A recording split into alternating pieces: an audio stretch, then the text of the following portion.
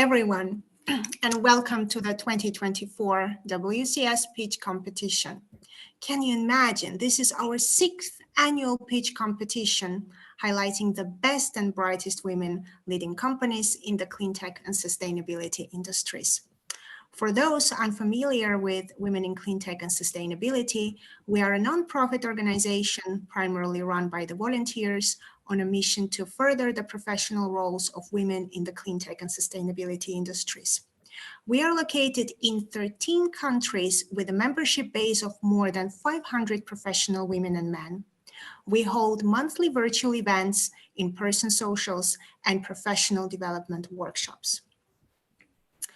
My name is Marine Dajuns, and I will be your main host for today. I'm a WCS board member and a co-chair of the membership committee. I'm joined today by my fellow board members and co-chairs of the entrepreneurship committee, Anna Yi and Mina Lee, who will be helping me to facilitate today's event. Anna and Mina, would you like to introduce yourselves? Yeah, thanks, Maureen. Hi, everyone. Welcome. My name is Anna Yi. I'm a WCS board member and co-chair of the Entrepreneurship Committee, which is the committee putting on today's event. Professionally, I work for the U.S. Department of Energy's Water Power Technologies Office and have a background in incubation, acceleration, and commercialization of clean energy technologies.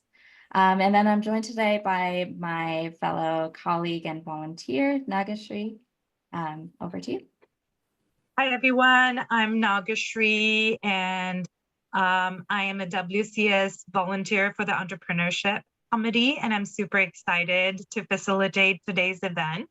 I'm a recent founder of my company, Gaia Force, that is helping college students accelerate their green careers. And prior to this, I have a career as a business and operation professional within the renewable and storage industry, as well as a previous career as an architect. So super excited. Before we get started, I want to hand the mic over to one of today's presenting sponsors, Cleantech Group, to tell you a little bit more about their organization. Please help me in welcoming Nino Lazaria to the stage. Hello, everyone. It's a pleasure to be here. My name is Nina Lazaria. I'm a consultant at Cleantech Group, and we're a market research and consulting firm operating globally and supporting innovators and corporates with their sustainability goals. Next slide, please. Awesome. I just wanted to share that we are also hosting a lot of events globally. Every year we host them across Europe, North America, as well as Asia. Soon we also have a one-day event coming up in September in Boston on adaptation and mitigation topic. But also wanted to let you know that we have applications for startups to apply and to present at each of the events, and you can do so on the respective event website. Thank you very much. Very excited to be here and looking forward to it. Thank you, Nina and Cleantech Group, for sponsoring this event. And now to the moment you all have been waiting for. Let's get the competition underway. We have an exciting lineup of 9 incredible women leading seeds to Series A companies who will each be given 5 minutes to pitch to you. Our 10th pitcher unfortunately could not make it today, but please be sure to check out miramy.io. They are on a mission to bridge the gap between consumers and sustainability by providing easy access to information about companies' environmental, social, and governance efforts. Today's pitches will be scored by these 6 leading professionals in the clean tech and sustainability spaces. And you, be sure to use this QR code that you can see on the slide to vote for your favorite pitch. The competition winners and the People's Choice Award will be announced at the end of this event. We are over to Mina to introduce our first pitcher. Hello, everyone. So I'm super excited to introduce our first pitcher, Jackie Amable. She is the CEO and co-founder of Material. And before joining Material, Jackie has been the director at Venture for Climate Tech and regional director for Americas for Techstar, and CEO and co-founder for Revelar, a wearable technology company at the intersection of safety and fashion. It was through Revelar that she became one of the first Latinas to raise millions from institutional investors. Please welcome Jackie to the stage. Jackie. Thank you all so much for having me.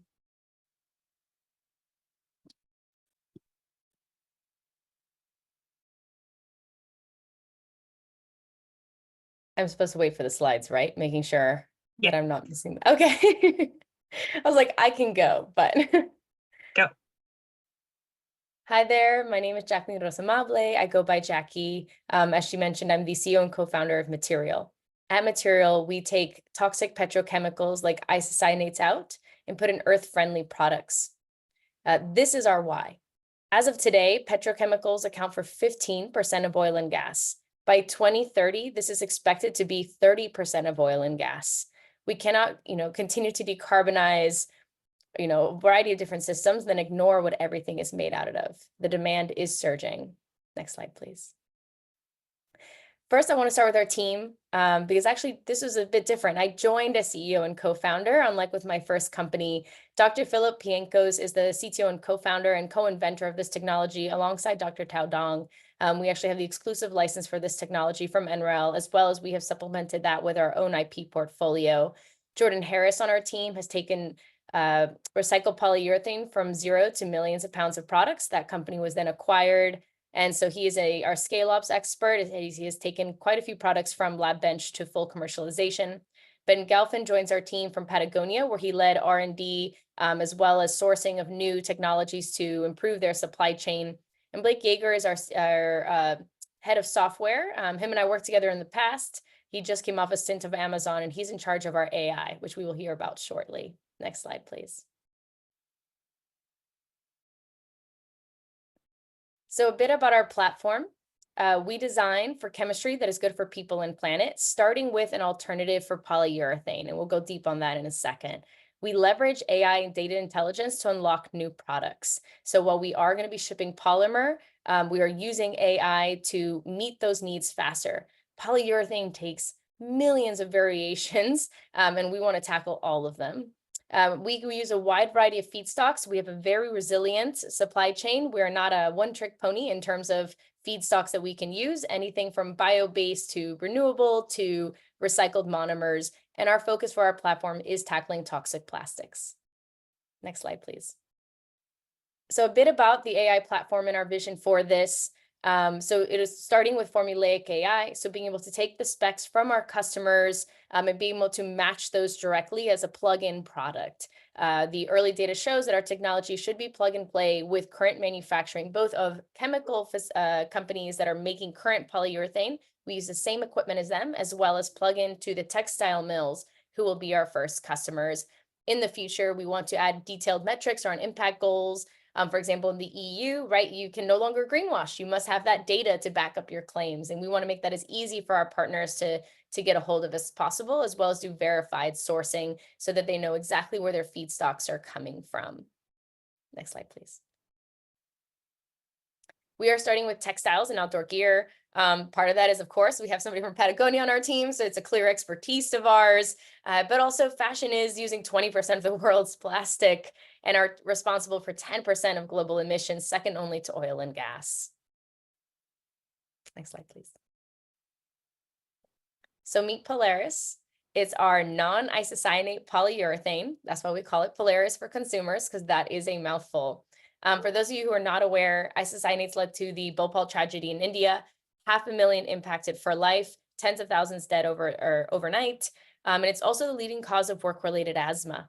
So when you hear about off-gassing in your home, this is what they're referring to, these isocyanates. And so, along with PFAS, it's a massive lawsuit. The US government is currently suing the big chemical companies to the tune of 90 billion for hiding how dangerous isocyanates are.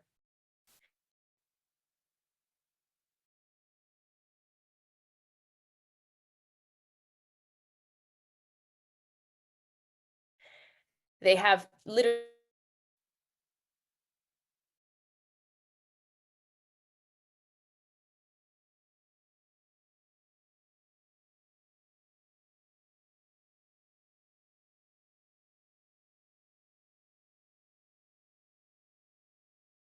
destroyed whole communities. And not only that, it is so things that make us unique. We are sequestered, please. Polyurethane is currently almost a $90 billion market and growing. We're starting with coatings and adhesives for textiles so that there is a better end of life than the giant trash piles in Chile. As you can see here, we'll be tackling this sliver or the first two highlighted boxes in purple and then expanding into these other markets, leveraging our AI platform. Next slide, please.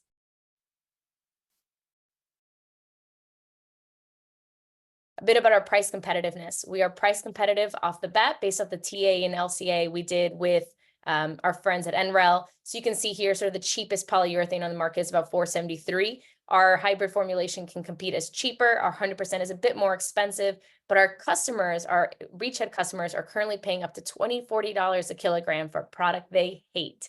They're paying for a lot of money for products they don't love. And as mentioned, the same amount of CO2 is captured as it is a core part of our process. Next slide, please. We have a wide range of mechanical properties that match that of polyurethane. And with that is the last slide. And I want to be mindful of my time and of the other speakers. So thank you so much. But I'll leave you with the where we plan on growing slide. And we will announce this soon. It is private, so please don't. But we just closed our successful seed round. So happy to take any and all questions. Questions from the judges? One question. Can you talk to us a little bit about traction to date?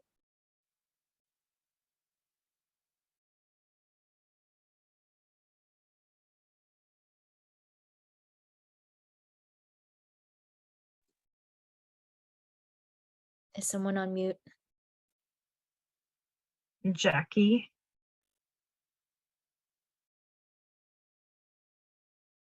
I think Jackie is dialing in from. Absolutely. I joined a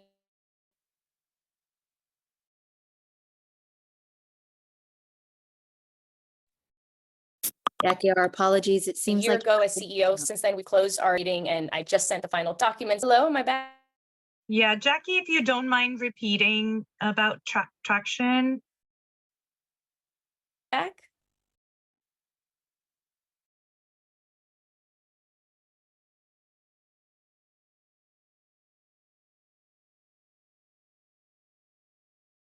Yes. Did we lose? No worries. And I'm going to say we are. might it be possible to drop it in a private chat? Just sent the final documents to a big fashion part. We have another one. Jackie, you might want to drop your answer in the chat. We're losing you.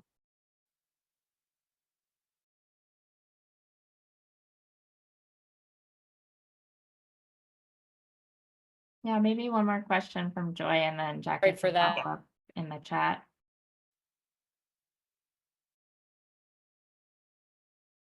Joy, go ahead. Okay, thank you. I'm wondering about competitive advantage. I mean, clearly this is a really simple or a needed alternative to petro-based chemicals, but I'm wondering if you have any competition in this kind of alternative feedstock space.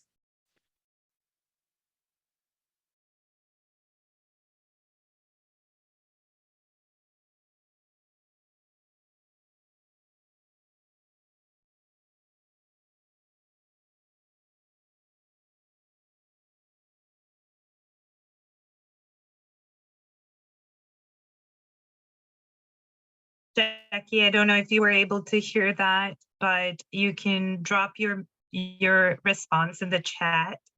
And I guess, are we Yes. almost about 3 minutes?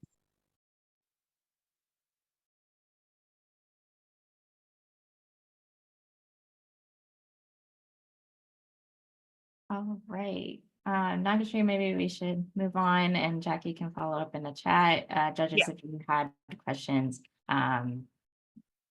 you can also post those in the chat just in case Jackie didn't grab any of those.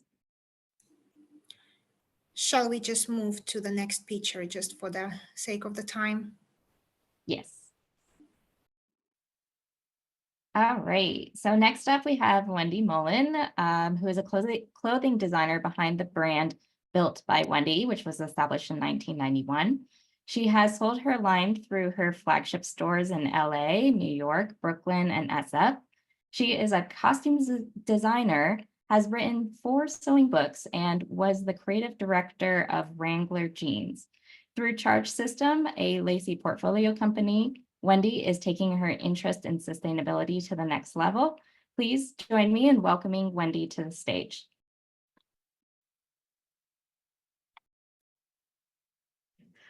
Hi there. Thank you very much. Jackie, your idea is amazing as a clothing designer and costume designer. So I'm Wendy Mullen, CEO and co-founder of Charge System. We are developing a sustainable base camp for the film industry. And I want to let you in on a dirty Hollywood secret. Next slide, please.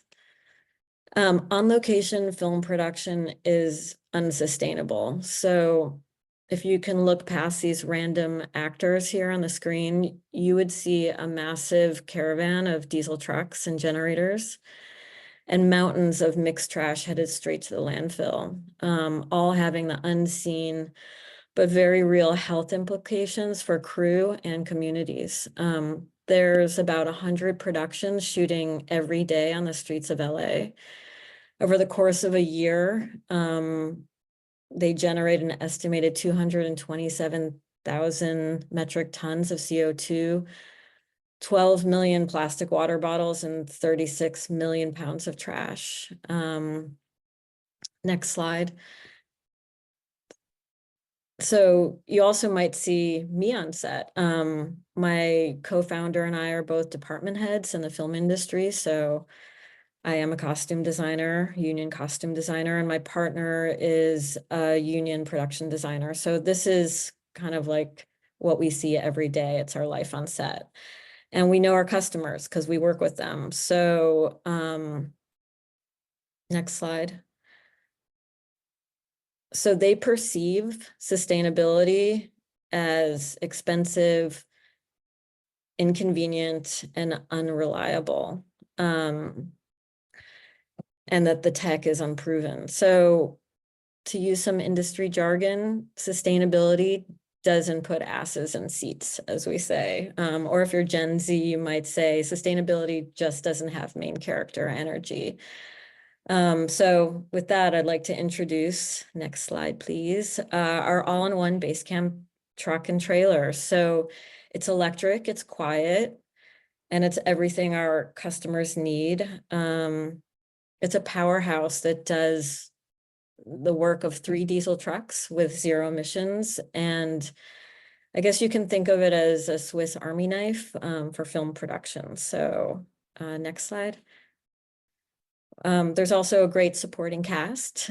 I'm gonna go with the film puns. So that offers flexibility and scalability for projects of all sizes. Next slide.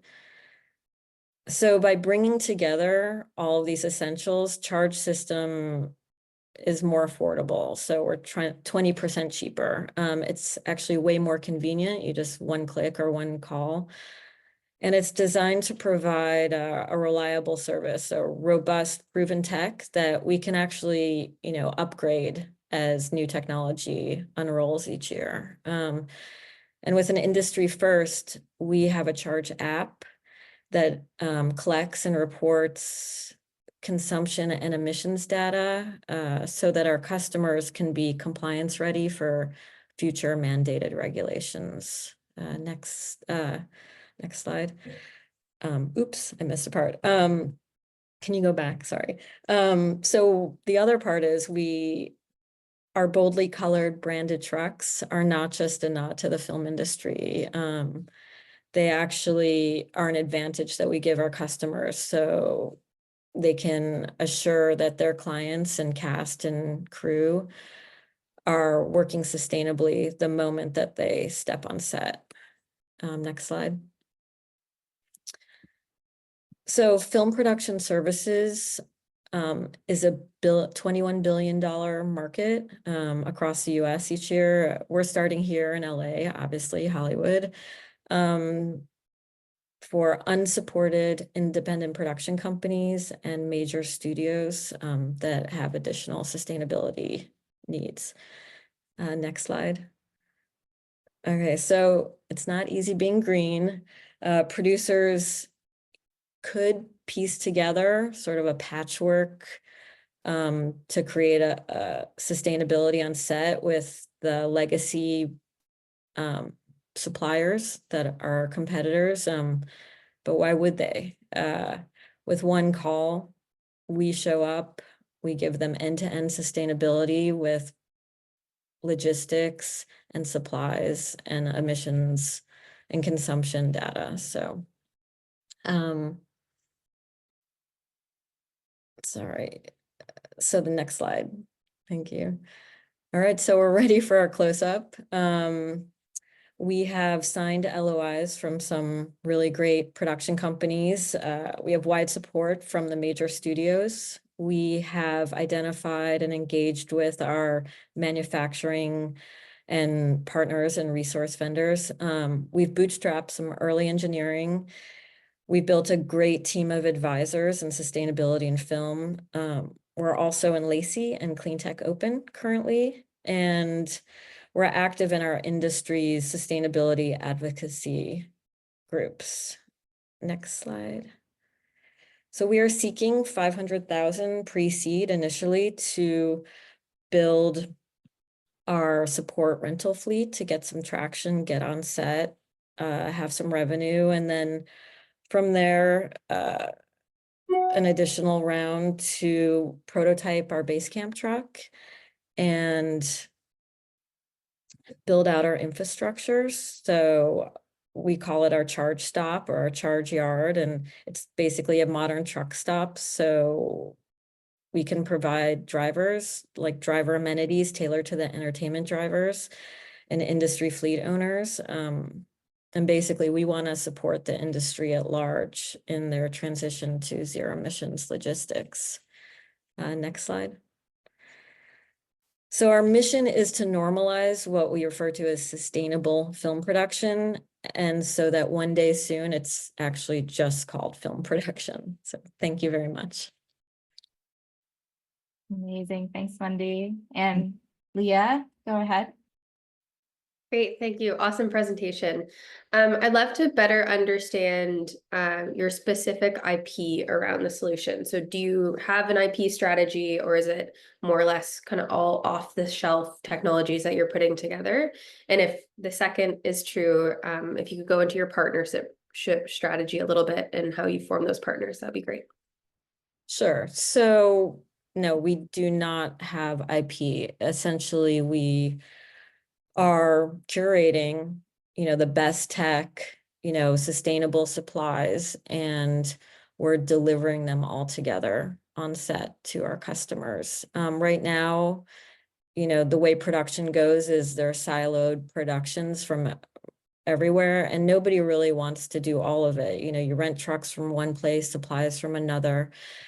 Waste management, responsible waste management is an entirely different beast. And so to get the industry to adopt in an affordable way with less emissions is just bringing it all together. It's an outdated system that you're sending a cube truck to North Hollywood to pick up a pallet of single-use water bottles, So by putting it all together in one system, it allows our customers not to really greenwash, I guess you could say, because usually what happens is, they have, and I feel for them, they're frustrated. They all want to be sustainable at the beginning of a job. And then as the budget gets knocked down, they start throwing out bits and pieces, right? And so our whole concept is that we're not giving them room to pick and choose where they can be sustainable. You know, we are just showing up with everything in. So, you know, the logistics and the battery power is like the main thing. But when we throw in all this other stuff, it makes it easy for them to just be fully sustainable. It's kind of, we say it's sort of like slipping the broccoli in your kid's macaroni and cheese. It's like they're doing something good, they don't even know it, you know, and it's not affecting their budget. So that's kind of the idea. But to answer your question, no IP. Great, thank you. And Emily, go ahead. Yeah, thank you so much for your pitch, Wendy. It was great. I'm curious about your the risks in bringing this product to market. What do you see as kind of your top risks, and how are you mitigating them? So, you know, like I said, you know, different suppliers, it's pretty siloed. So, you know, sure. I mean, there are risks in this sense, but they're kind of, I guess, good risks, right? We want the entire industry to change, right? So, you know, make everybody sustainable. What I guess sets us apart is our all-in-one system. It's also our relationship with our customers, which is a big deal. And also our infrastructure part. So creating these basically, you know, modern truck stops, right? So we can service the industry, we can charge our own trucks and keep our brand going, and we can also partner with trucking companies to demo, you know, EV trucks to help get other Teamsters to adopt these trucks. So we actually had a big meeting with GNA TRC, which is the biggest trucking marketing company in the world, to partner with them to basically host these kind of demo events. You know, a lot of these drivers, they're busy, they don't want to adopt change, they're not going to spend their Saturday going to some ride and drive, you know. I mean, we were just at the ACT Expo in Vegas, driving these trucks, meeting with people, and, you know, people are busy and they don't want to do it. So if they're, you know, have this place, everybody we've talked to is like, yeah, the infrastructure is not there, we're not ready for change, right? So like, what's the best way but showing them, hey, we support you, we support the industry. We're in, you know, it's a double-edged sword. It's like, we want to support everybody and bring everybody up, right? You know, and so by being like, I guess, super competitive and trying to cut people out is not really how we work. I mean, the film industry is a collaborative industry. So there's room for all of us to exist. There's a lot of business. So I feel like Charge System is a brand that will be associated from day one as a sustainable base camp and fleet and charging. And, you know, the people who identify with our brand will use us. We're connected with lots of people in the film industry, from crew, cast, and, you know, like with anything, it's about branding, right? So. All right, thanks, Wendy. We do have to move on to the next picture. Joy, if you want to drop your question in a chat, and Wendy, if you have a couple minutes to stick around to answer that question, that would be awesome. Sure. Awesome. Nagashri, over to you. Yep. To the next picture, please. So we have our next picture, Sarah Alo from Stars Edge Limited. Sarah Alo is the CEO and co-founder of Star Edge, a company building sustainable space mobility. Sarah has an educational background in aerospace engineering and is a PhD candidate at aerospace at Cranfield University. Sarah is a member of International Aviation Women's Association and is an active speaker on the topic of space sustainability. Please welcome Sarah to the stage. Hi, everyone. Really great being here today. Thank you so much for the invite. I'm here presenting a bit something different, something that maybe you haven't thought about yet, which is not just sustainability here on Earth, but actually in space. So my name is Sarah. I'm the current CEO and founder of Stars Edge Limited, a company based in the UK, and we're helping to clean up space and enabling new technology. New slide, please. So space is infinite, but these orbits around us that we use for satellites are not. And with a lot of the current development, we are crowding them more and more. Recent developments from SpaceX, Amazon, all these different types of companies, it is projected by 2030 we'll have about 36,000 satellites in just the lower Earth orbits, closer to us. Well, what does this mean? We have more pollution from emissions that they have to stay up there. Satellites use engines similar to cars, and to make sure that they don't fall out of the sky effectively. And more of them are there, more and more debris is being caused up there, and it's becoming unsustainable. Next slide, please. Who here has heard of climate change? What if I told you we're actively making it worse as well in space? Well, at the moment, we have the greenhouse gas layer formed by a lot of the emissions, the pollution we've done. We are actually en route for making a second much worse layer up above all the debris, all the emissions that we're causing with satellites. So these LEO orbits, like I mentioned, full of new satellites, it's very powerful orbits to do a lot of telecommunications, Earth observation, all these types of things. Current fuels usually are either very expensive or very pollutant. And current propulsion systems, so the engines that run these satellites, are either optimized for staying up there for very long or for very high maneuverability. And with how much risk it's becoming in space, you need both. So next slide, please. We're offering here a bit of a dual solution. We're going after the current sustainability side and emission side of these more polluted orbits, and we're also targeting new space. So the tendency in space is to go more powerful, to give more value to the end user. And at the moment, the only way to do it is by going down, by going much closer down to the Earth at about 150 to 250 kilometers, which counts as upper atmosphere. It's somewhere that you still have air in the atmosphere. And this air does usually cause satellites to not be able to last as long up there due to the need of using higher fuel, but gives you really good benefits. Much higher Earth observation, much better satellite downlink communication, and usually need much less power to operate these technologies. With some of these things, you're looking at better precision agriculture, better environmental monitoring, better urban planning, better natural resource management, and improved connectivity for areas that just don't have it yet. Next slide, please. And like I mentioned, we're doing both. This is our product. This is where our value comes from. It's a new engine that can do both. It can target these new orbits and give that sustainability, both from a low-cost perspective, a good retrofit perspective, enabling the use in old satellites and being able to be integrated very simply, and giving operability, flexibility, which I'll discuss in the next slide. You can switch to as well. So this is our IP, is the engine when it comes down to it. I cannot show more as it's being currently under review by patent lawyers in our current filing application, but how does the engine work? It has two modes. It was initially designed as an air-breathing engine, using fuel from the atmosphere, being able to use it just by itself without having to carry anything else.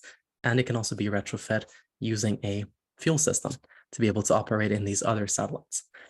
We are using purely electrical means. There is no pressure, no magnetism, no heat, or moving parts, which allows for a very low risk system, but also a very ultimately safe, less complex system. We're using nitrogen as well instead of other propellants like hydrazine, which is very corrosive, very toxic, horrible for handling down on Earth. And we're also using this nitrogen instead of xenon, neon, argon, which are the other usually more sustainable options, which don't provide you as much power, as much potential for maneuverability. With this engine, we're able to also give you both high power and low power, similar to a car's engine. Next slide, please. Our market is relatively small. We're playing at a new market with relatively no competition, and we're all hopefully able to get a very quick entry to market of 1.3 billion in the US and EU market share. Next slide, please.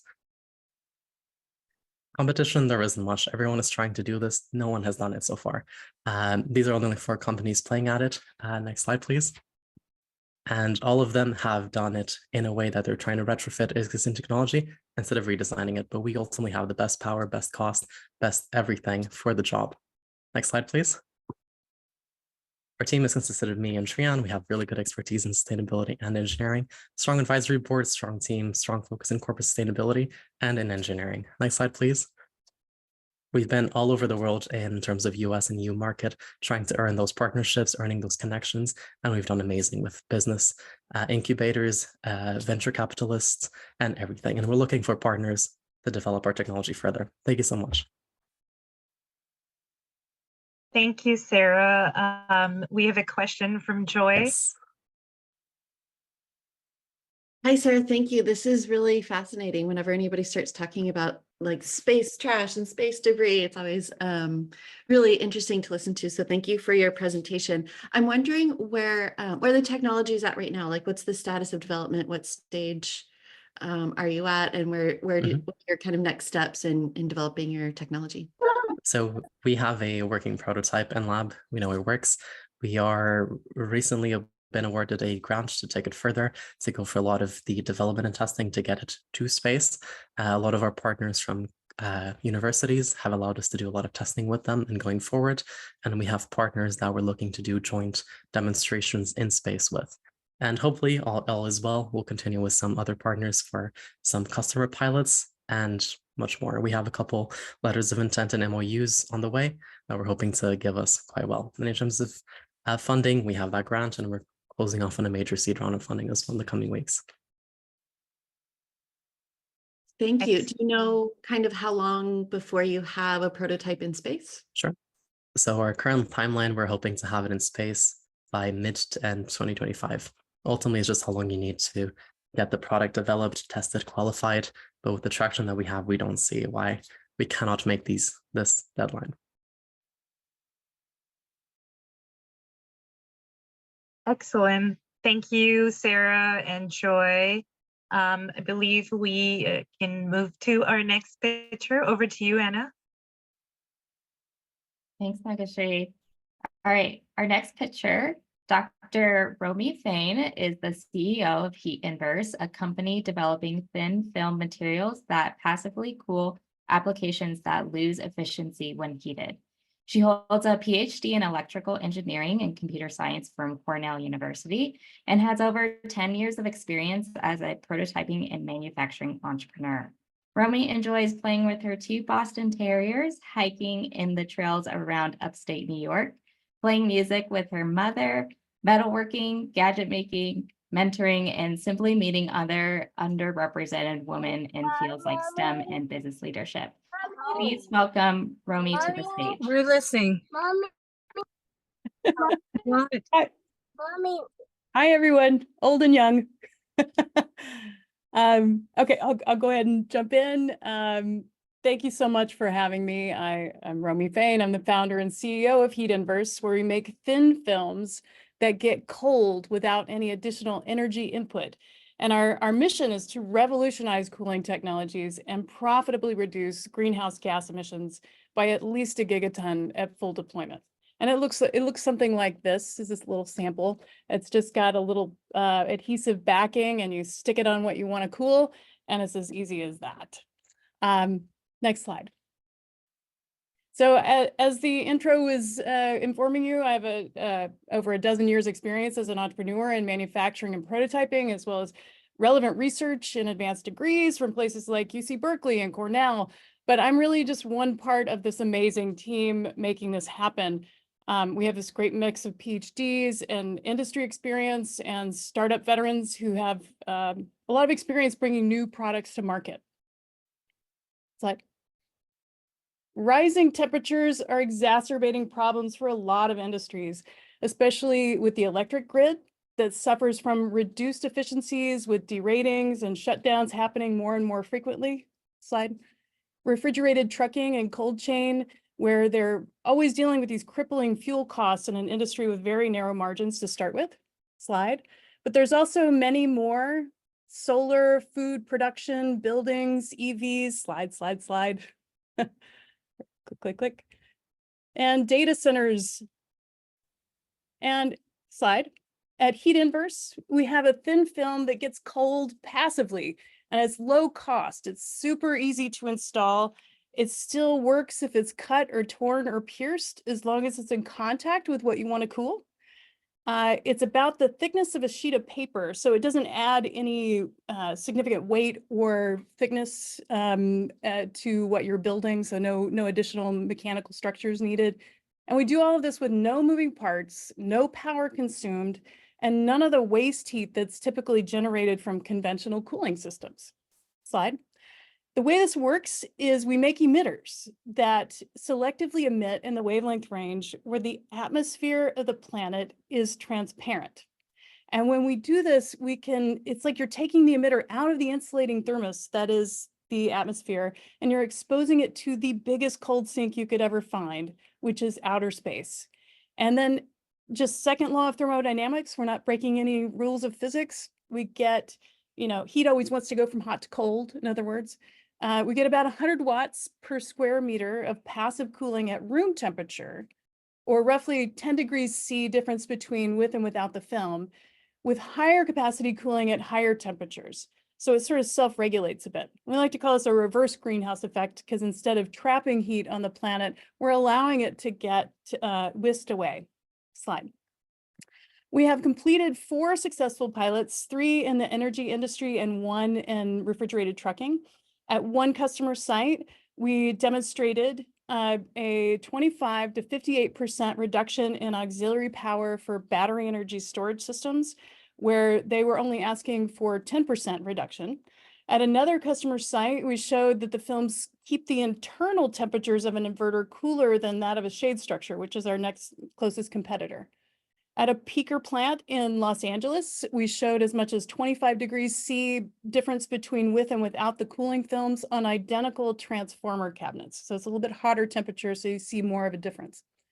And similar to what we saw in the battery energy storage system, where there's an AC unit cooling the system actively, at another customer site, we demonstrated 28% reduction in that load cycling of the refrigeration unit on that refrigerated truck. Slide.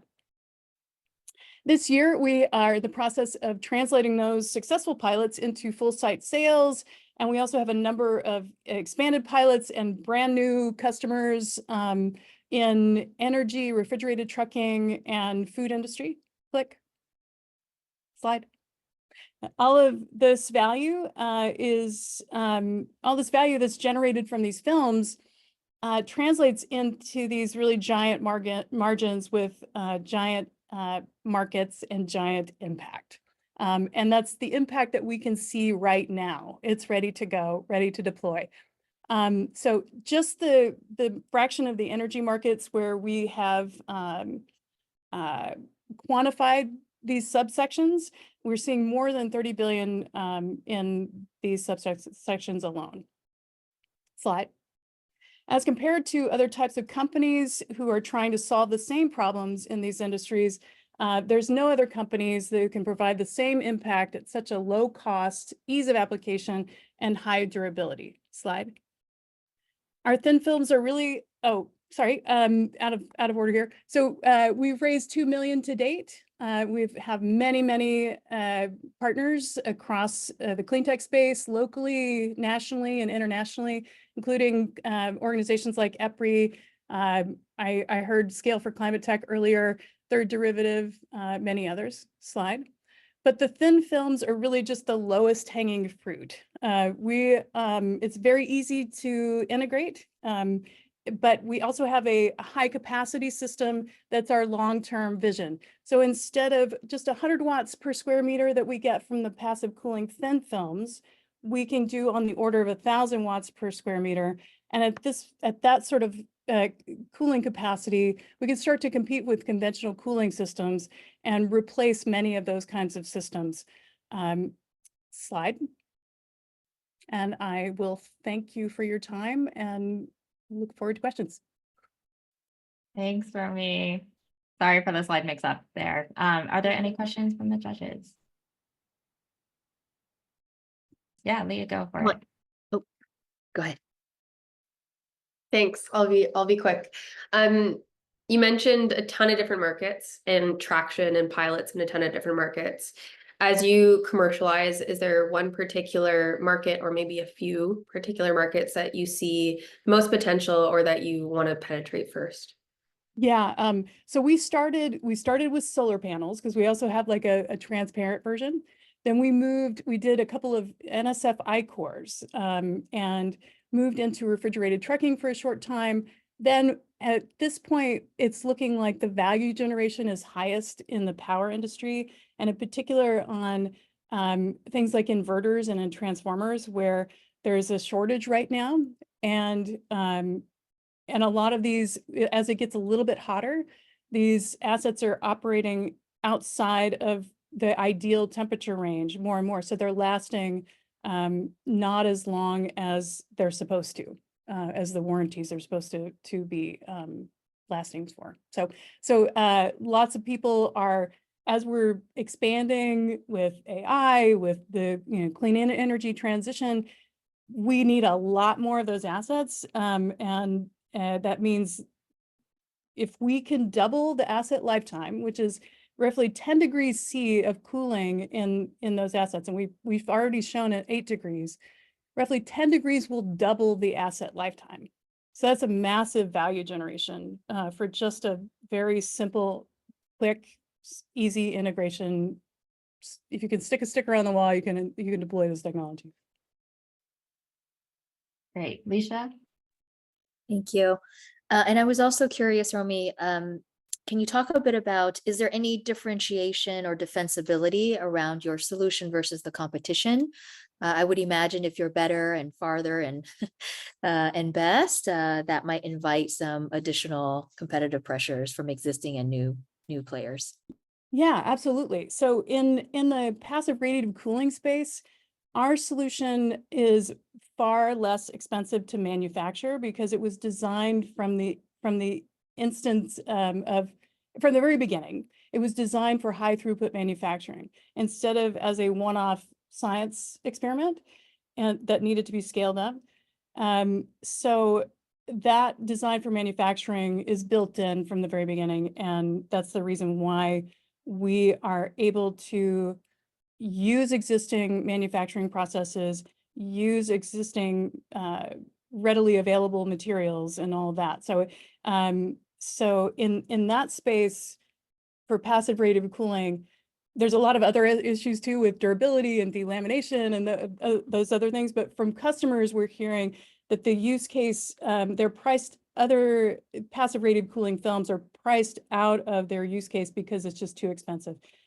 But what we're finding is really more of our competitors are the people, these companies that are trying to solve the same problems for these industries. In other words, like making them more efficient and extending the asset lifetimes and that sort of thing. So it would be like refrigeration units where you get very small amount of increase in efficiency with a lot of cost. But the closest competitor are shade structures. And we actually tested back-to-back with shade structures at a couple different sites where we showed double the cooling with our films versus a shade structure, but the shade structure costs 7 times what our films cost. Awesome. Thanks, Romy. Nagashri, over to our next picture. Thanks. Awesome. Thanks, Anna. Our next picture is Sophia Wenstedt from Blip Energy. Sophia Wenstedt is the co-founder and CEO of Blip Energy. Sophia is passionate about climate justice and energy equity. Drawing on her background working as a mechanical engineer on Roomba, she pivoted into the energy space, working at companies such as Exelon and Tesla. Sophia has been recognized by Forbes 30 Under 30 Energy and Harvard Climate Circle. Please welcome Sophia on the stage.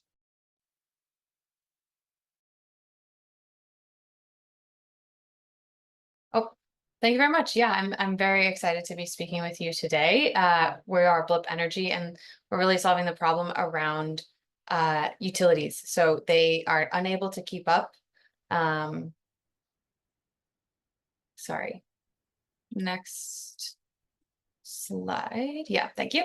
The grid is having a really hard time keeping up with our needs. I think everyone in this room is well aware of this. So what the really primary problem is when generation doesn't meet demand or consumption. So that imbalance is a massive problem for utilities, and you can solve it in 2 ways if you want to advance. either by obviously increasing generation, building new power plants, or decreasing demand. And what we're seeing right now is they're spending $1.8 trillion by 2030. About 500,000 Americans are losing power every day. So the quality of our power is getting worse while the cost is going up. Traditionally, electricity flow from one centralized generation plant to energy consumers. But now we are having this, if you want to go forward, a new rebuild. A massive rebuild of our energy system. So if this looks complicated, that's because it is. The next slide will simplify it a little bit. If you want to go forward, these DERs are distributed energy resources. They can either solve this imbalance by dumping power back into the grid or by taking energy demand off of the grid. And a whole additional industry has popped up with these demand aggregators who are taking little pockets of this demand and bidding it directly in with these distribution system operators. So what we've done is found a new segment of energy capacity that isn't tapped by existing DERs that exist in the market. And so we're bringing this new segment into this really well-capitalized, well-structured market. Next slide. So what we've developed, and this market that we're going after is actually multi-unit buildings is what we're starting with, but there's a lot of different potential applications for this drop-in DER. We're starting with a residential multi-unit building, and this battery drops straight in. So it plugs straight into an outlet. You plug an HVAC load like a window air conditioner, a PTAC, a portable AC directly into the battery, and then connect to the local Wi-Fi network. So it doesn't require permitting, permanent installation, or any of those barriers around some of the larger solar plus storage systems. So we can really rapidly retrofit existing infrastructure. Users get about $300 a year on savings on their electric bill. They also have backup power in case the power goes out, 2.5 kilowatt hours, enough to run a fridge for a couple of days. And then we're sharing back our demand response revenue as well. So we do a revenue share there. And then we aggregate all of these and participate in demand markets and load shifting programs and make recurring revenue on grid services. And we're establishing this new category of thing. So we wanted to make sure that we had support across this highly complex and regulated ecosystem. So we have support from the Department of Energy, a $1.1 million grant. They love what we're working on. Southern Company, which is a large utility conglomerate, is on our cap table. We've been working closely with UL, so we made sure that there's an existing safety standard that we can certify to. We're certifying as a portable power station. We don't have to write any new certs. And then we have partnerships with LEAP and Voltus on the demand aggregator side, as well as upcoming pilots with Minnesota Power, Brooklyn Navy Yard, the Energy Coalition, and more. So we're going to start getting units in the field this summer and start testing and integrating our backend. Next one. And our founding team was actually pretty uniquely able to design this solution. Sorry, just making sure I know where we are on time. My background, as mentioned, is in product. So I worked as a mechanical engineer on Roomba. I also worked at Tesla. I understand exactly how simple and straightforward, well, maybe not. Maybe we won't credit Tesla with simple and straightforward, but Roomba, simple and straightforward. A consumer product needs to be to earn its place in your home or business. And then Chance has experience on the utilities and energy policy side of the business. Skip on ahead. We're entering the market with property owners. It's a really frictionless way for us to gain a market foothold. Next slide. But we're planning on using utilities to scale. They win when we win, and they're a great distribution channel to start to establish a bigger scale. So we are raising $2 million right now to change the game for energy management. That's primarily 12 months or next 12 months are focused on demonstration projects ahead of a 2025 commercial launch. We do have 3 years of runway with the Department of Energy, but we are raising to really focus on commercialization and making sure that we execute this rollout and have successful demonstration projects. Go to the last slide if you don't mind. So I think the last thing that I will leave you with is that we're building a platform that includes software and hardware that can be applied to a bunch of different applications. We're talking to somebody about a industrial manufacturing application where instead of a window air conditioner, it's an injection molding machine. And then a behind the meter battery sits between that and the wall, because it's a lot easier to stand that up than to do a whole grid tied battery installation. So a lot of different applications for this platform. We're starting with residential, but we're excited to see where else it can go. Today, we're building our own hardware because no one builds exactly what we need, but we're also excited to pair our software with other hardware players as they begin to enter this space. Thanks. Thank you, Sophia. Do we have any questions from the judges?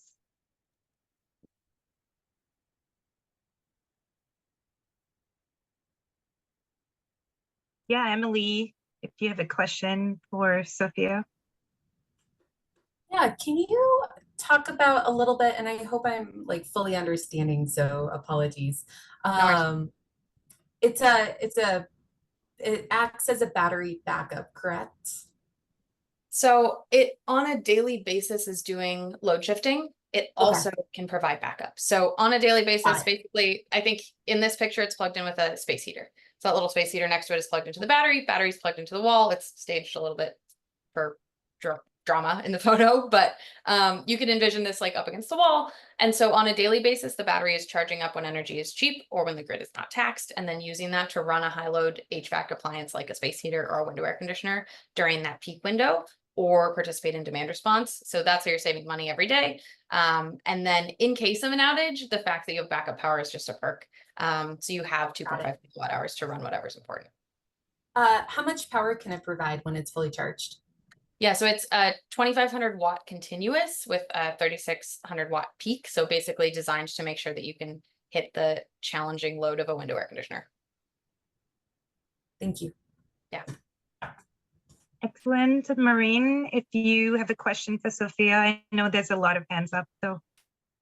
Thank you. Thank you, Sophia. Yes, I was wondering about competition in this space, which is really booming at this time, and I'm wondering if you have looked at that and how do you compete against? Yeah, absolutely. So we really designed this to play where some of the bigger names like Nest or Tesla aren't participating. So 30% of US households don't have thermostats. Tesla Powerwall does not work unless you're an affluent single family homeowner. So really hitting this renter market where there aren't other solutions, again, especially doesn't have a thermostat, right? Can't participate in these smart thermostat load shifting programs. No one else has a drop-in smart battery that is intended to serve as a DER. There's also this category of camping batteries, which are more focused on like resilience and preppers and taking it to a tailgate. So those are the ones we're keeping the closest eye on because I think they're the closest to moving into this portable battery space. And then there's others we see as more cooperators, like Connect, I think is fantastic. They're doing a similar thing with more of an accessible, approachable way to lower your energy bill and participate in DERs. But those are how we sort of think about the segments of competition in the market right now. All right, thank you. And we'll take one more question from Nino. Awesome. Thank you very much for the presentation, Sophia. I have a quick question about the customers. Who are your main customers right now, or who are you targeting? Yeah, absolutely. So we're targeting those property owners of multi-unit buildings to start. That's a really great way for us to get a larger chunk of units deployed without the churn of direct to consumer. And so we're targeting the New York market. We have letters of intent from some property owners that we plan to convert to purchase orders as we get through these first initial pilots. We also have a lot of interest from utilities. Southern's on our cap table. We have this Minnesota Power pilot this summer, but we know utilities tend to move a little bit slowly. And so we want to establish commercial traction with that property owner channel as we continue to develop the utility relationship so we can go to them with some commercial traction rather than sort of getting stuck piloting ourselves to death. All right, guys, I think we're almost halfway there. So over to you, Maureen, for the halfway mark. Yes, so the first half of the competition.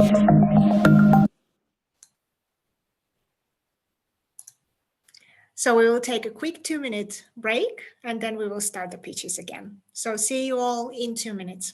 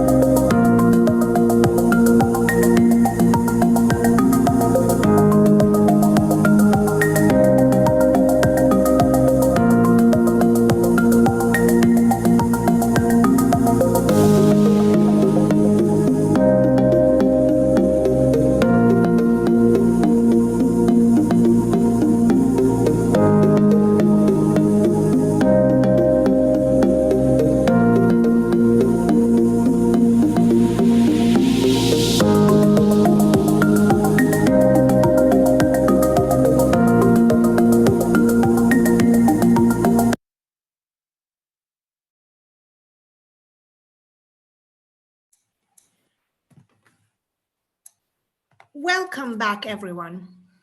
Before we get on to our next pitch, I'd like to tell you more about the WCS pitch competition. This competition was the first all-women pitch competition in the cleantech and sustainability spaces. We've been running this competition for 6 years now, 6 years, highlighting the best and brightest women worldwide, leading seed to Series A companies that are changing the world. And as a primarily volunteer-run and non-profit organization, we cannot do what we do and put this competition on yearly without our event sponsors. On this note, I'd like to introduce our second presenting sponsor for today's event. Here to talk a little bit more about JCEA is Debbie Brott-Giles. Debbie, take it away.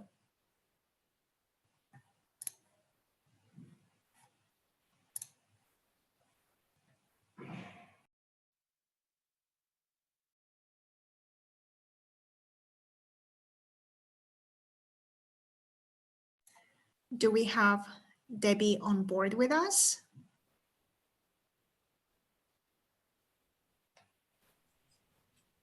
If Debbie's not here, I could probably speak to these slides.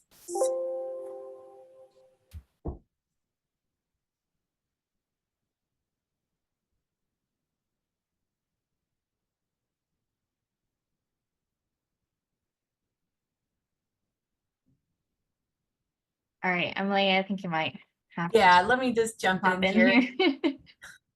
Hi, everyone. My name is Emily Evans. I am honored to be a judge today, but I'm also from the National Renewable Energy Lab, where JICEA, which is the Joint Institute for Strategic Energy Analysis, sits. So we get asked a lot, hey, what is JICEA? And so JICEA, our role within the laboratory and, in providing support is to really provide this leading edge, high impact research. We always like to say, like, we're kind of like the what's next or what's coming next center here at NREL. And so as part of JICEA, we have many different innovative programs. One is American Made. American Made is a prize program.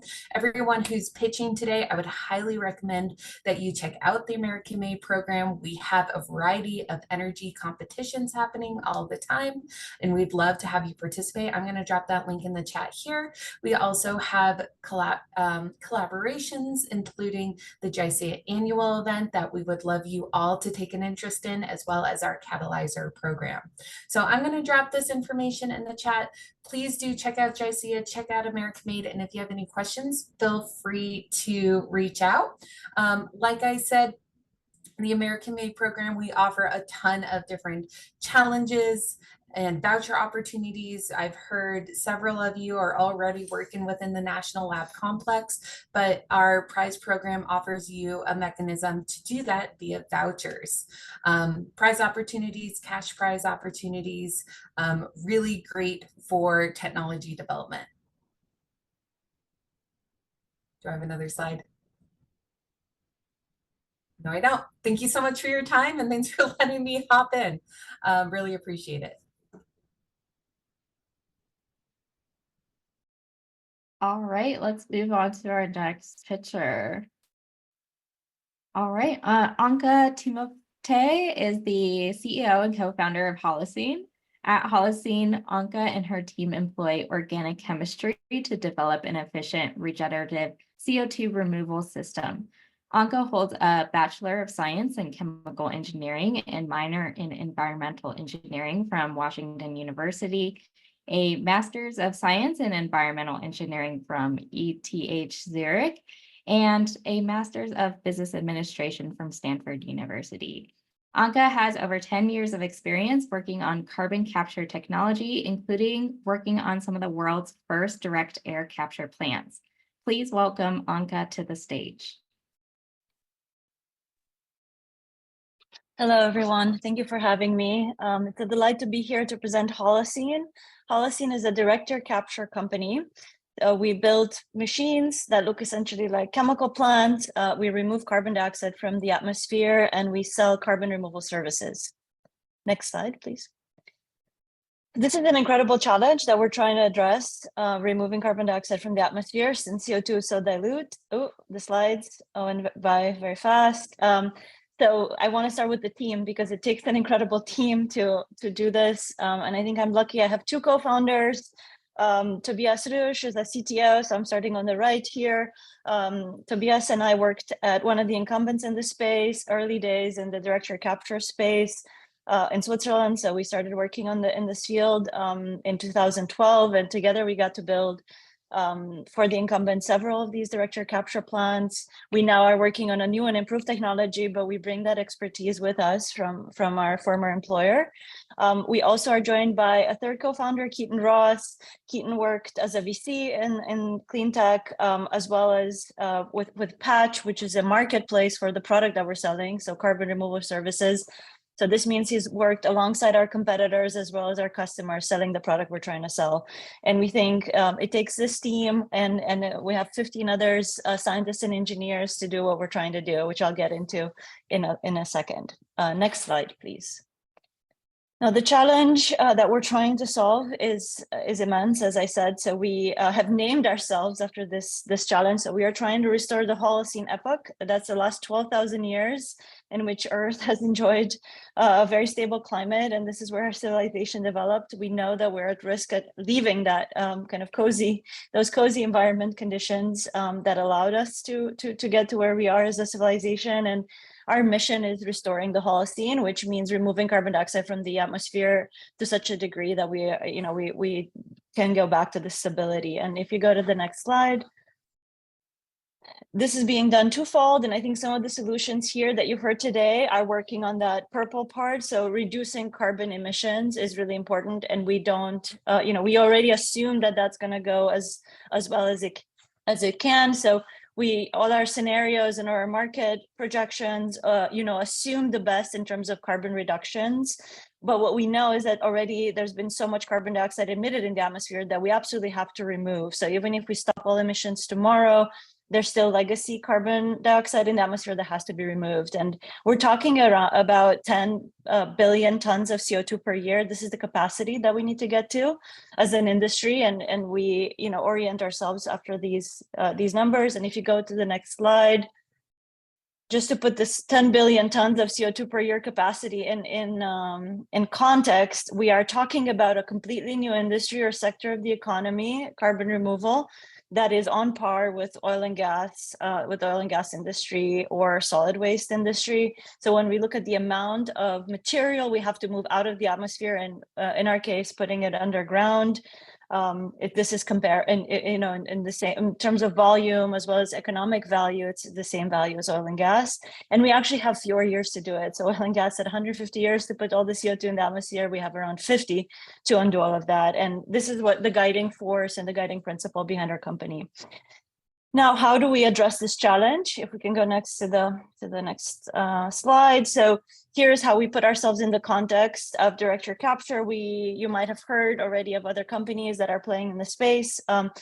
Again, the challenge is immense. So we need all these companies, all of these approaches. The way we categorize ourselves, our organic chemistry that's novel allow us to essentially combine two of the the best feature of the incumbents. So one is low temperature. So that means we only need 100 degrees Celsius or boiling water temperatures to get the carbon dioxide back from our materials in concentrated form. And the other feature that we have is continuous systems. So this taps more into traditional chemical engineering. Next slide. Now, in terms of where we are, we just finished assembling our pilot, which I'll show you very briefly in the next slide.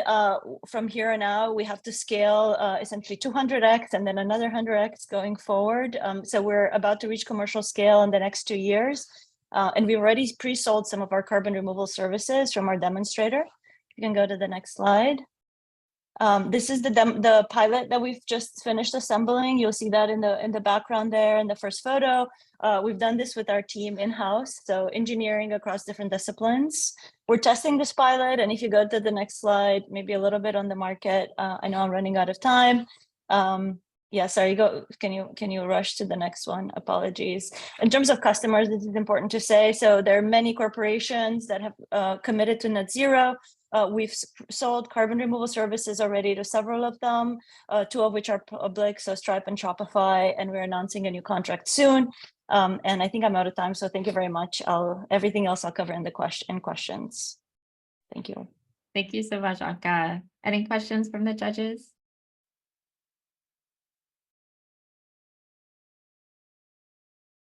Joy, go ahead. Hi, Anka. Thank you for the presentation. Really, really severe problem that you're addressing. So great to hear. I'm wondering if you could describe a little bit more about what the actual technology is and how that works.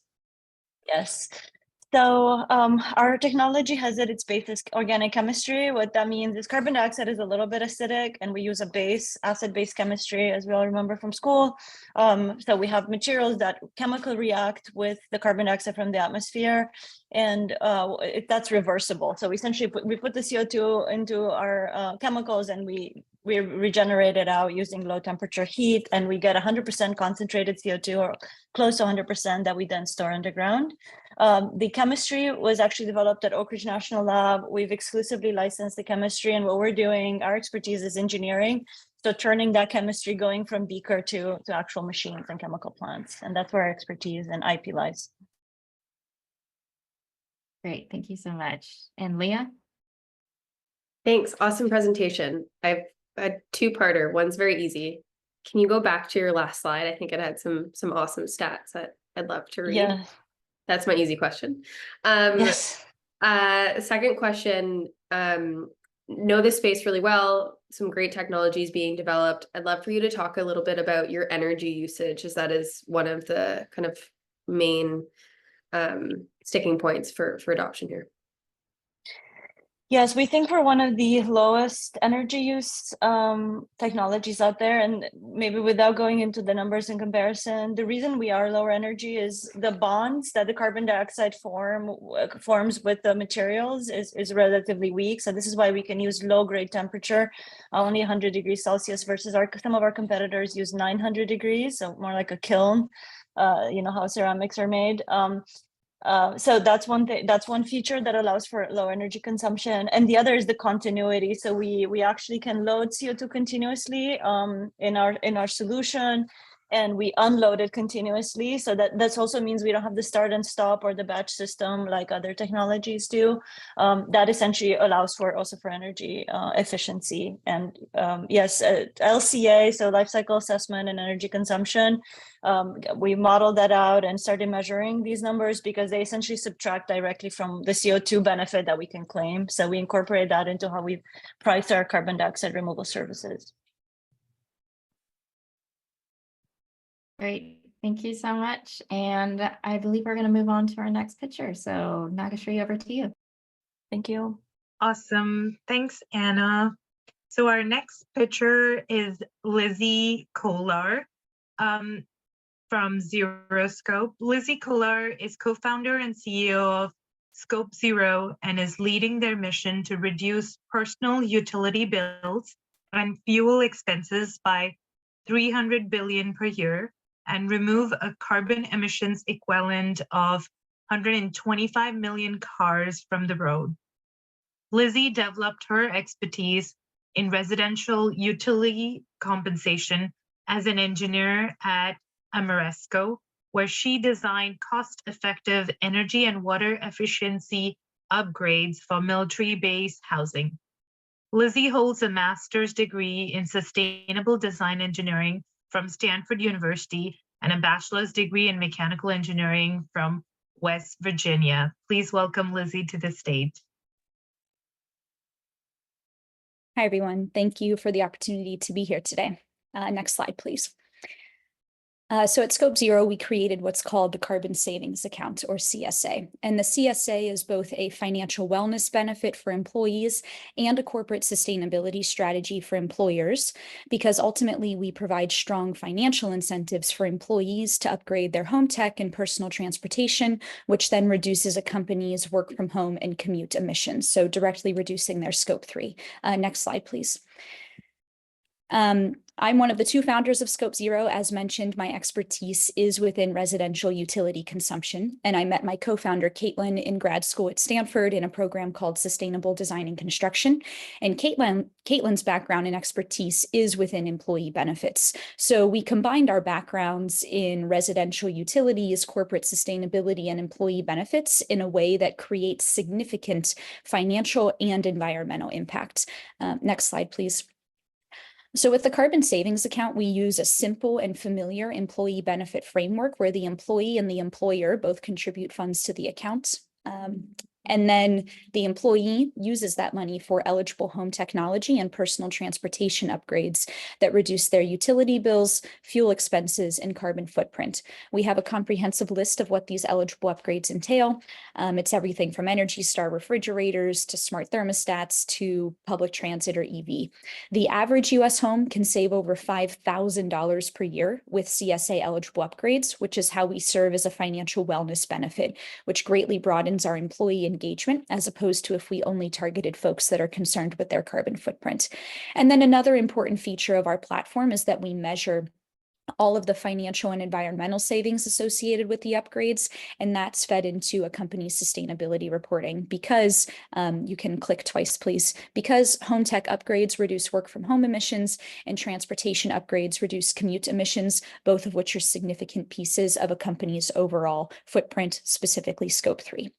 So next slide, please.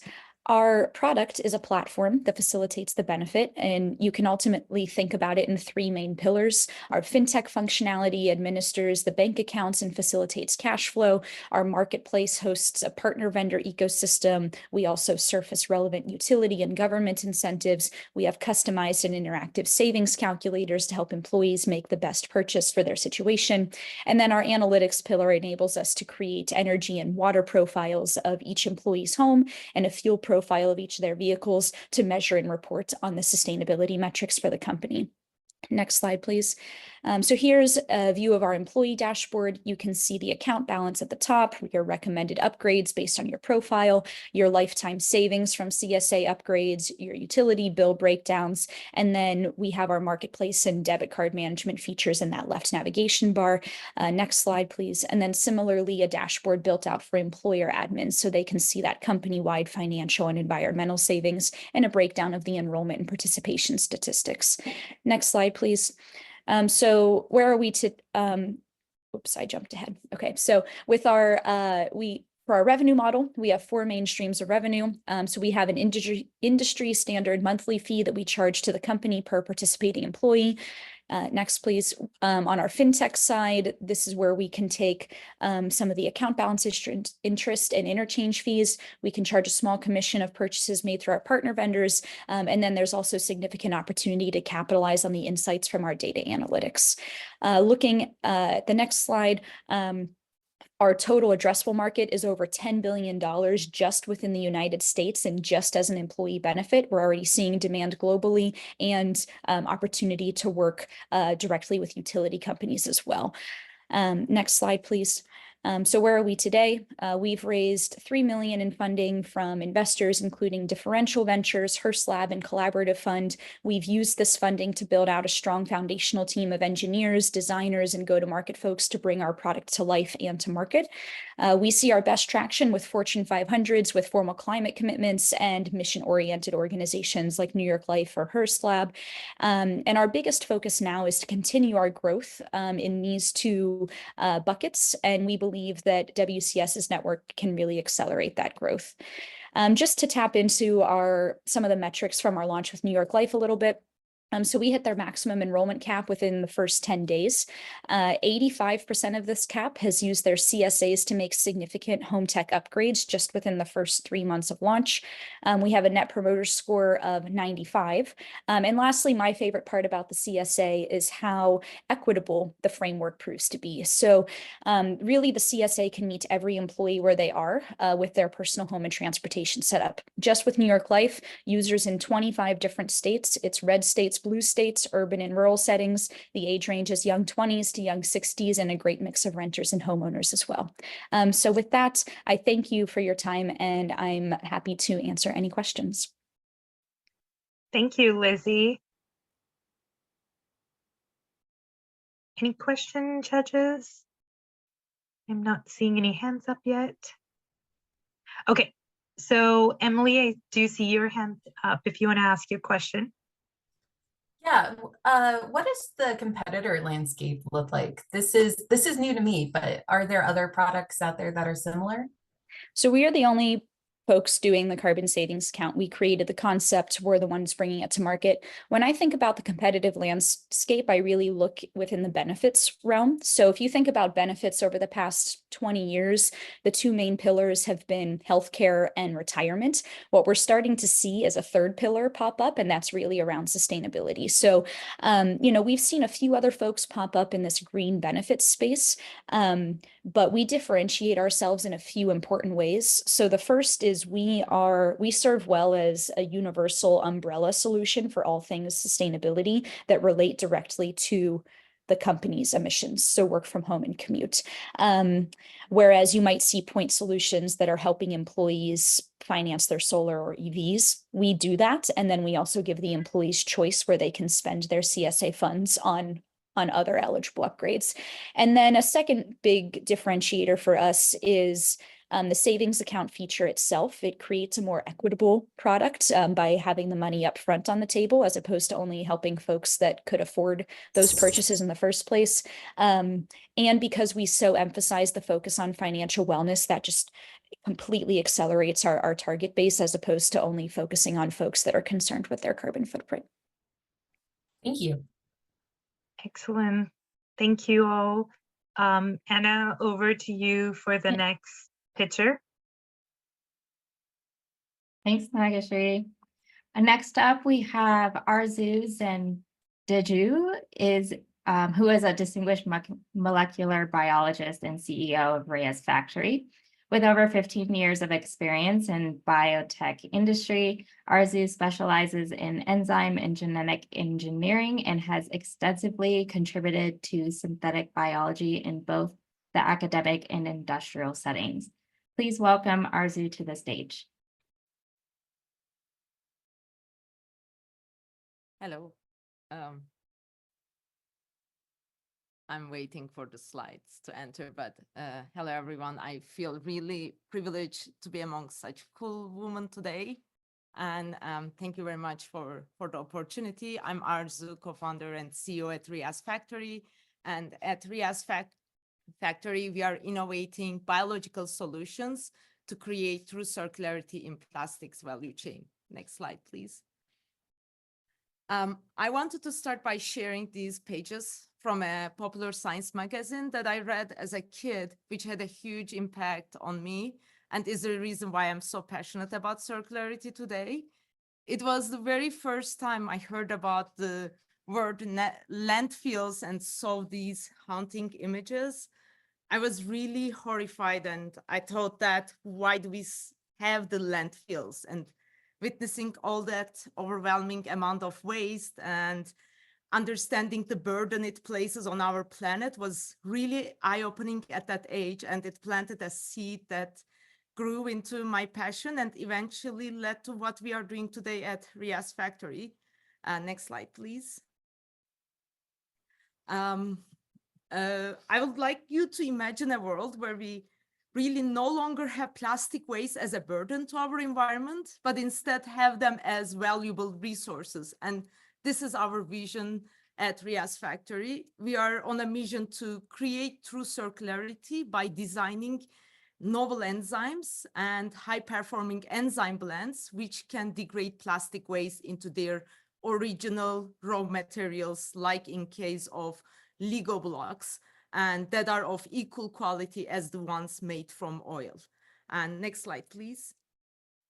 As we all know, plastics are undoubtedly one of the most useful inventions of our modern lives. However, their diverse composition and chemistries pose a significant challenge at the end of their life cycle. And unfortunately, globally, we are still recycling only less than 10% of our plastic waste, and the rest are being destined for landfills or incinerators. And as we all know, they leak into our environment and the oceans. And existing methods for plastic recycling are still very primitive and do not address the plastic pollution problem entirely and eventually downgrade the material quality. So there is currently no solution to recycle our plastic waste in a sustainable manner and without compromising the quality. Next slide, please. And this lack of innovation in plastic recycling has also significant consequences in the market as well. Our potential customers, the plastic manufacturers, are under intense pressure, and mandates both from governments and from environmentally conscious consumer base require the manufacturers to incorporate recycled content into their products. However, the current recycling ecosystem is really limited and can only offer low quality recycled materials that can't meet the manufacturer's needs or the regulatory standards that are required. And therefore, there is a huge gap for manufacturers to source their recycled materials in a sustainable and high quality manner. Therefore, there is really an urgent need for circular plastics economy, and we are building innovations for that. Next slides, please. And coming to our technology and the core of it, at Rias Factory, our enzymatic technology is reshaping plastic recycling by offering a sustainable solution through recycling previously unrecyclable materials and generating high quality materials. During our process, we are mixing our innovative enzyme blends together with the unrecyclable mixed and layer plastic waste in a single reactor, which yield high quality raw materials that can be infinitely recyclable. And our technology not only creates the value for plastic recycling industry, but also has a significant impact on our planet by eliminating our dependency on fossil fuels and impact on reducing the environmental impact. And next slide, please. This is very briefly about the technology behind how we design enzymes. So we are currently using the cutting edge protein language models to accelerate our enzyme design and to expand the portfolio of enzymes that are targeting different plastic types that are stable and compatible. And next slide, please. And coming to our IP, which lies in the novel and improved enzymes that we are developing, together with the biocatalysis processes we are building around them. And our initial market integration will involve piloting with our technology partners, with large partnerships with the large plastic manufacturers. And can we go to the next slide, please? One last slide. So currently we are closing our pre-seed funding and has raised 750K, and I'm happy to answer questions around that because I ran out of time. Thank you so much. And I'm happy to take your questions. Thank you so much, Arzu. Judges, any questions?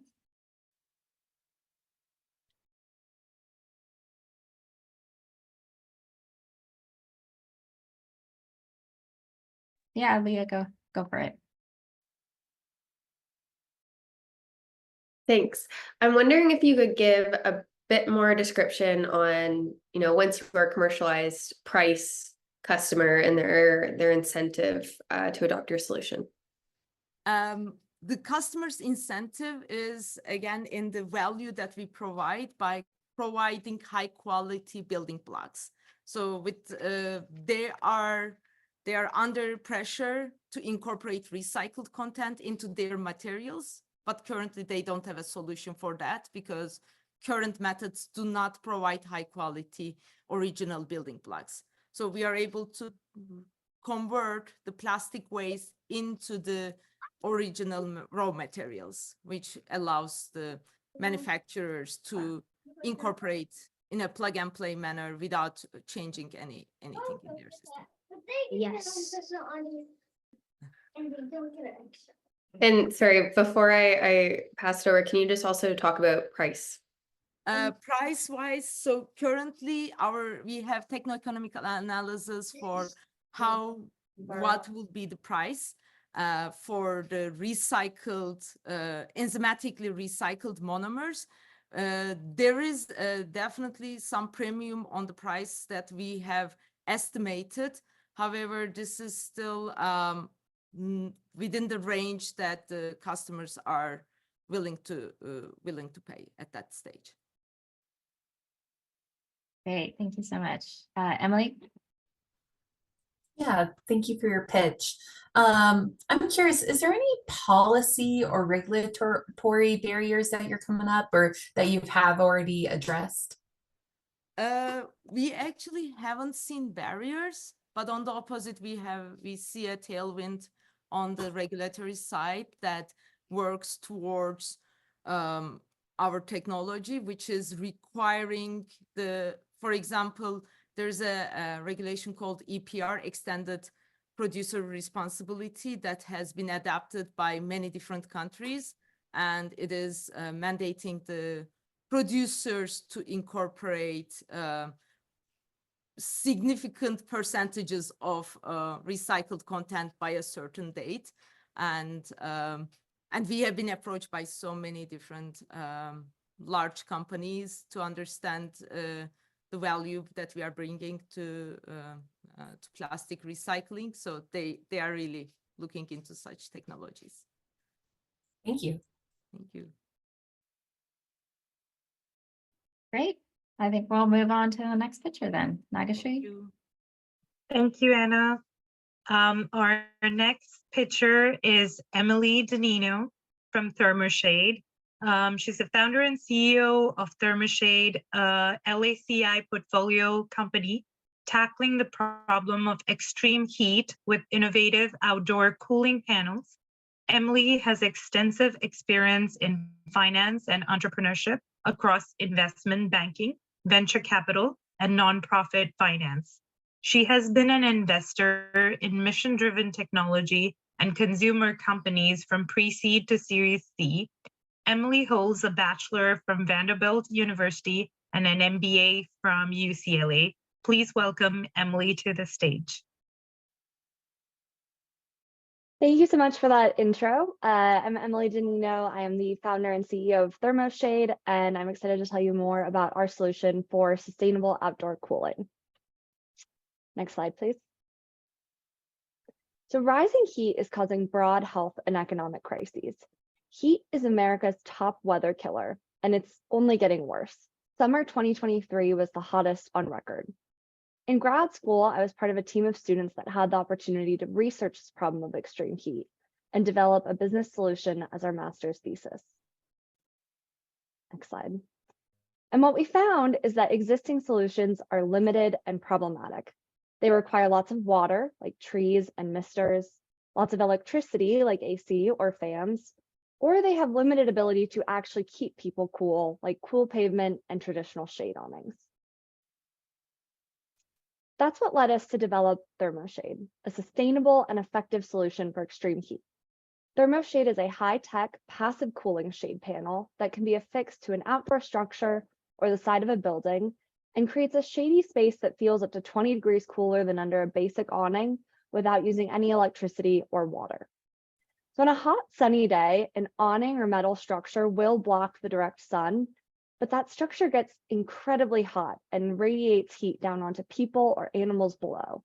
And comparatively, our panels stay cool throughout the day, absorbing heat around it. We achieve this cooling with our patent-pending composite panel, which primarily leverages an ultra-reflective and emissive coating and phase change materials, which absorb heat during the hottest part of the day and recharge overnight. And you can think of phase change materials kind of like an ice pack that freezes and melts at a precise temperature.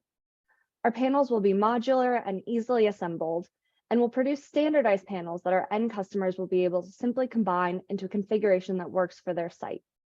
We'll also offer a standard support frame that can attach to existing structures or the side of our building, and our panels will slot into it. Last summer, we proved that electricity-free outdoor cooling works.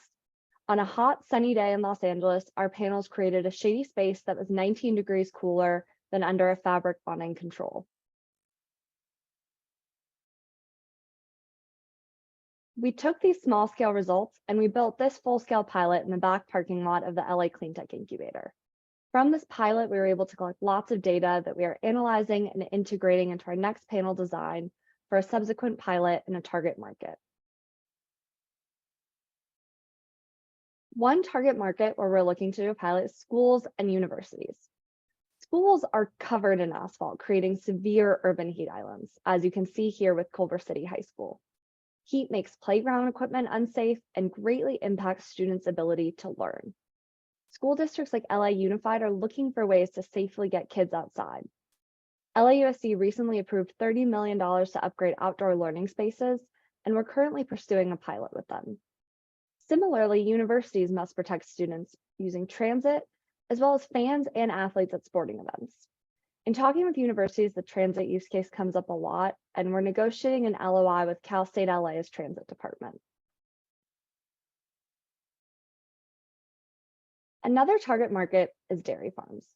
Dairy cows are uniquely susceptible to heat stress, which diminishes milk production and increases disease. And this photo shows the typical solution, which is large fans and water sprayers, which require lots of water and energy to operate. The California Energy Commission realized that this is a huge problem and sponsored a project to test new cooling technologies. The best performing option they found is projected to save 28% electricity annually, but would use 49% more water, which is not a real solution. Without intervention, the dairy and meat industries will lose around $40 billion a year to heat stress alone by the end of the century. Thermoshade can protect cows while reducing water and electricity bills, and we're exploring a pilot at Fresno State to quantify this impact.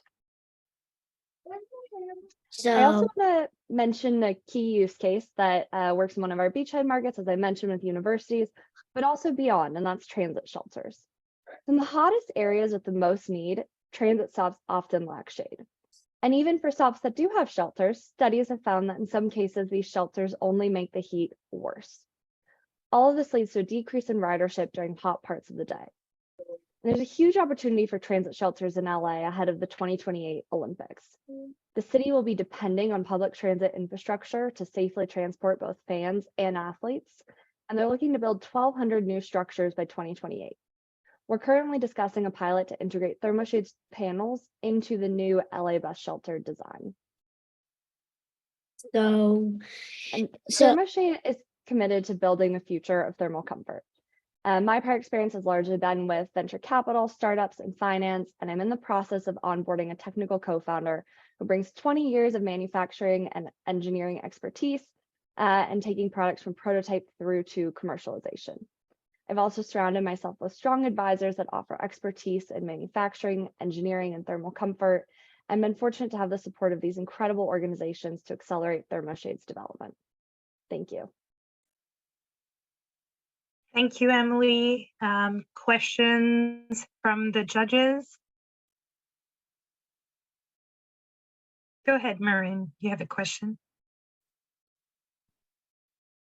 Thank you, Emily. My question is around the cost of manufacturing versus the price that you intend to introduce at launch.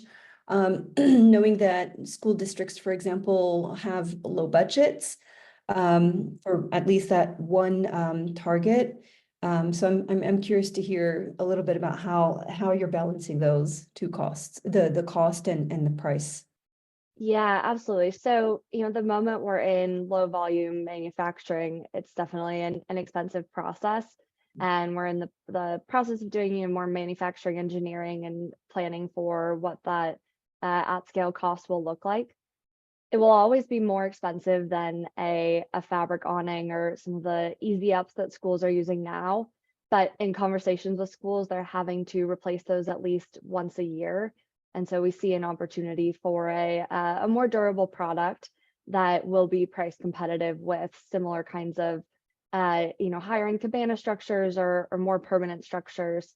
And with schools in particular, we're seeing a lot of interest from public school districts, but I think initially going towards private and charter schools that have less bureaucracy, more budget to address issues like this will also be an important channel. Excellent. Thank you so much, Emily. I think we're about time, and over to you, Marin, for the rest of WCS's announcements and. Thank you. So what will happen now is that right now our facilitators will gather to deliberate our winners. So please scan the QR code to vote for our People's Choice Awards. We'll be dropping the link on the chat as well. At the same time, we would like to thank the companies supporting us on our prize pool. So let's see what the winner will receive. The winner will receive the following: 1 hour PR and marketing consultation with Technica Communications and the features on Earthlings 2.0 podcast, WCS swag, MATLAB, Simulink, and 100 plus add-on products licensing, and engineering support valued at $75,000 for 12 months. 1 hour consulting by Fran Di Donato, free ticket to Camp Cleantech event by Anne Rell, 2 hour attorney consultation by Morrison Forster, HubSpot software discount, and last but not least, access to Cleantech Forum North America. The run-up will receive WCS swag, 1 hour attorney consultation by Morrison Foster.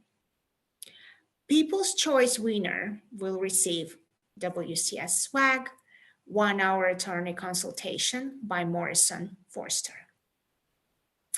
And now this is my favorite part. If your company is interested in becoming a corporate member, WCS corporate membership is a great way to elevate your corporate brand, offer professional development, opportunities to your employees, and connect with industry professionals worldwide. If you're not yet a WCS member, I encourage you to sign up. You can scan the QR code, and if you sign up today, attention, you will be reimbursed for today's event. Please feel free to contact me or any other WCS members on the call if you have any questions about the membership experience. And now, let's check out other exciting events that we have coming up. WCS at Duke Day LA on June 8th. WCS members meet and greet on June 14th. We will drop the link to register for our events in the chat. So do not miss the opportunity to connect and learn. Next slide. eCircle, entrepreneurship as a mindset, not a role, which will happen on June 21st.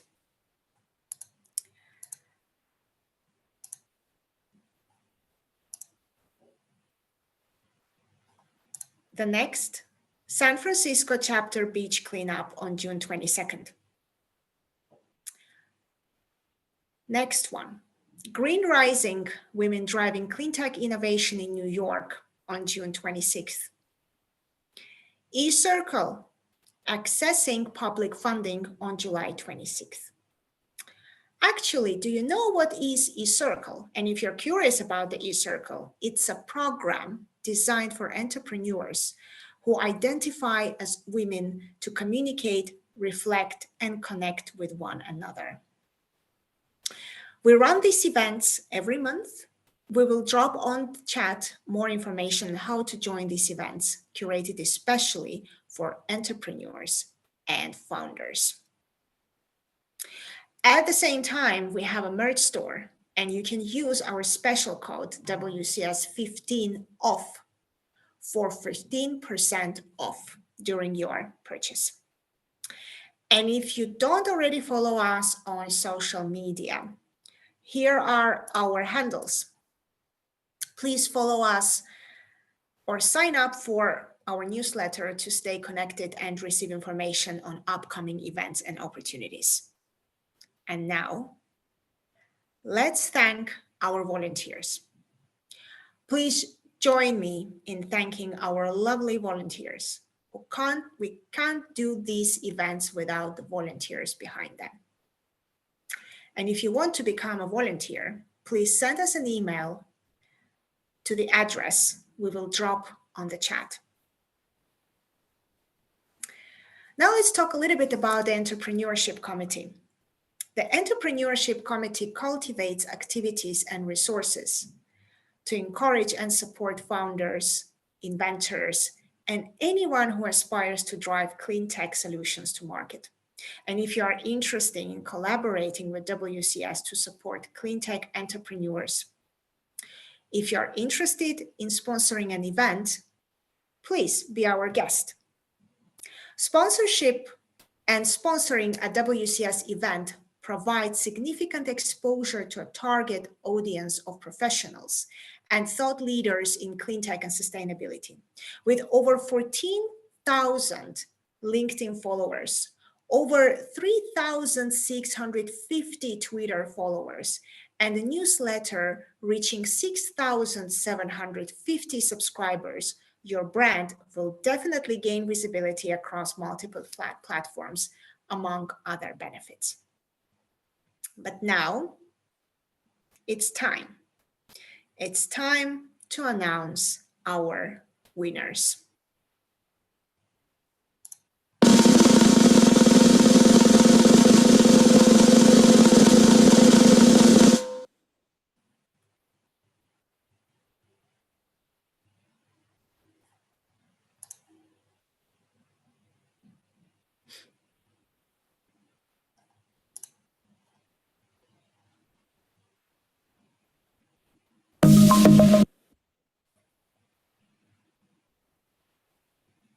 All right, 1 second. We're just organizing the final winners here. We had some technical difficulties in the breakout room.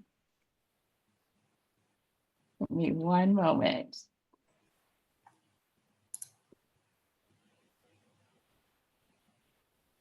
Okay, I think we have some winners. All right. Yep, okay, we're ready. All right, so the winner of the People's Choice Award, drum roll, please.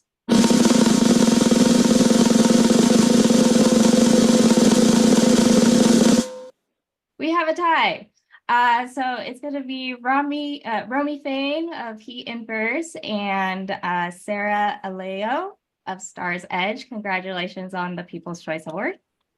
The runner-up of the 2024 WCS Pitch Competition is, drumroll please,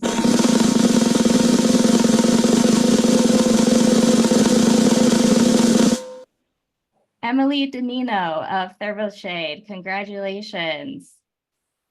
And finally, the 2024 WCS Pitch Competition winner is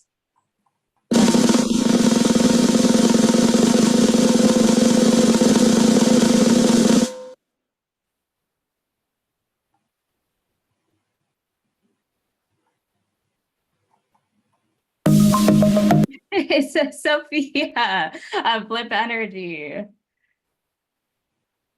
Congratulations to all our winners. We'll see you. I think I'm handing it over to Maureen for final comments, and then we'll wrap up. Yes, so I want to say congratulations to all the winners of the 2024 WCS Pitch Competition. Well done. You all deserved it. And for your participation, thank you very much.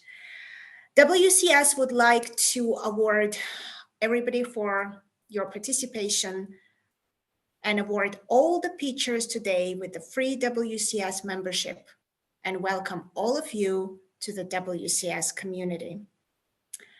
Thank you again, today's volunteers, judges, sponsors, prize pool contributors, and you all for being here. So we will see you next year.